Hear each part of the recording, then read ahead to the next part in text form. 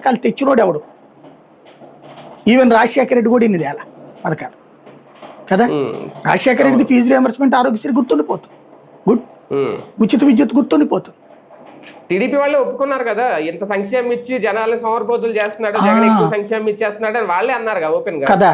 మరి అలా చేస్తే దాన్ని పాజిటివ్గా కాకుండా వాళ్ళ నెగిటివ్ ట్రాప్లో వీళ్ళు ఎందుకు పడతారండి? సమస్య ఎక్కడంటే అతిగా ఓన్ చేసుకోవడం ప్రయోజనమైంది, అతిగా ఓన్ చేసుకోవడం నష్టమవుతుంది. ఇప్పటికి కూడా అతి ఎక్స్పెక్టేషన్తో ఉన్నారు, రేపు మనోడు వస్తే మనకేం చేయడరా అన్నటువంటి.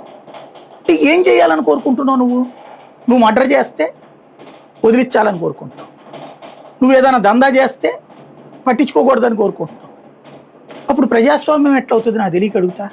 దాంట్లో అలా కాకుండా ఇప్పుడు మీరు నరేంద్ర మోడీ అండి, బీజేపీ అండి, నరేంద్ర మోడీ ఎంతమందిని ఇంటరాక్ట్ అయ్యి ఉంటాడు? వాళ్ళ సోషల్ మీడియా చూడండి. మోడీని ఎవరినైనా తెక్నిస్తారా? బీజేపీని ఎవరినైనా తెక్నిస్తారా? ఎంత కన్స్ట్రక్టివ్గా రాస్తారు. ఇదిగో ఇప్పుడు ఫర్ ఎగ్జాంపుల్ రాహుల్ గాంధీ మోడీని దేశద్రోహి అంటాడు, వెంటనే బీజేపీకి సంబంధించిన వాళ్ళు రాహుల్ గాంధీ చేసిన చైనాతో ఒప్పందం దగ్గర నుంచి బిగిన్ చేసి కాంగ్రెస్ పార్టీ చేసిన దేశద్రోహ వార్తలన్నీ డీటెయిల్డ్గా రాసుకొస్తారు. అవసరమైతే పేపర్ క్లిప్పింగ్లు కట్ కూడా చేసి పెడతారు. వాళ్ళకి 5 బేసులు బీజేపీ ఇవ్వదు.